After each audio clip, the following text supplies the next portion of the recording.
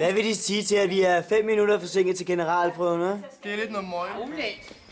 Er du gal? Det tager jo en evighed. Nej, 900 år. Hør ikke på det. Ham, vi skal denne vej.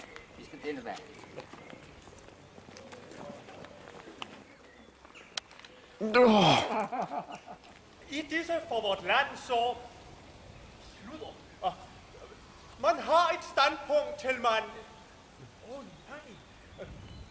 Der er ikke faldet noget ind under... Jeg er helt tommelumsk. Yes, we can! Men jeg kan altså ikke. Jeg har ellers øvet mig hele dagen. Du skal bare læse, hvad der står om kongevalget i Yskedov. Ja, Yskedov. Jeg synes lige, at jeg vil gøre publikum opmærksom på en lille sjov ting. Ærligt talt, vi er midt i en kongehyldningsforestilling. Vi skal videre. Hør nu her.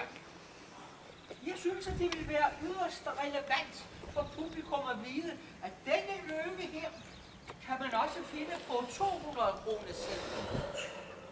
Altså en blandt publikum, som vil låne mig en 200 kroner selv, hvad? Det der har ikke en pind med vores skuespil at gøre. Jo, det har de i højeste grad. Krypten her er noget af det allerældste kirkebyggeri, vi har i Danmark.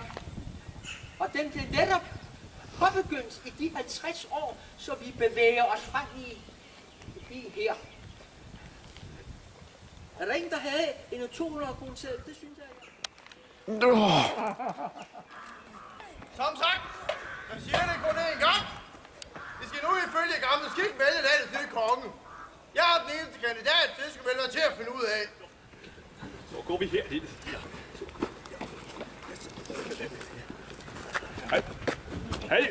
Hey, gode mand. Kender de den rette vej til Roskilde? Er det nu klogt, Knud?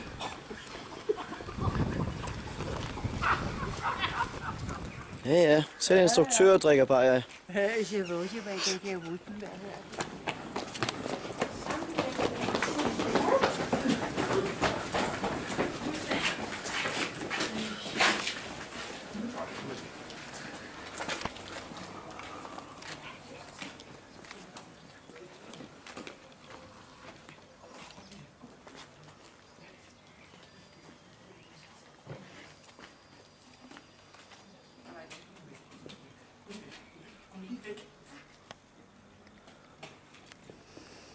Og det er altså, fordi I valgte at gøre oprør mod min bror Knud, som nu hedder Den Hellige, og valgte at stå mig ihjel foran Alves og Alberts kirke.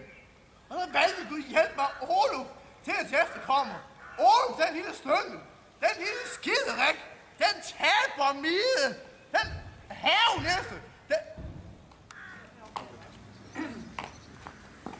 Jeg går ud fra, at man er klar til at synge slutsangen. Naturligvis, statsminister. Jamen, så lad os komme i gang. Kom og ro til vi går hen.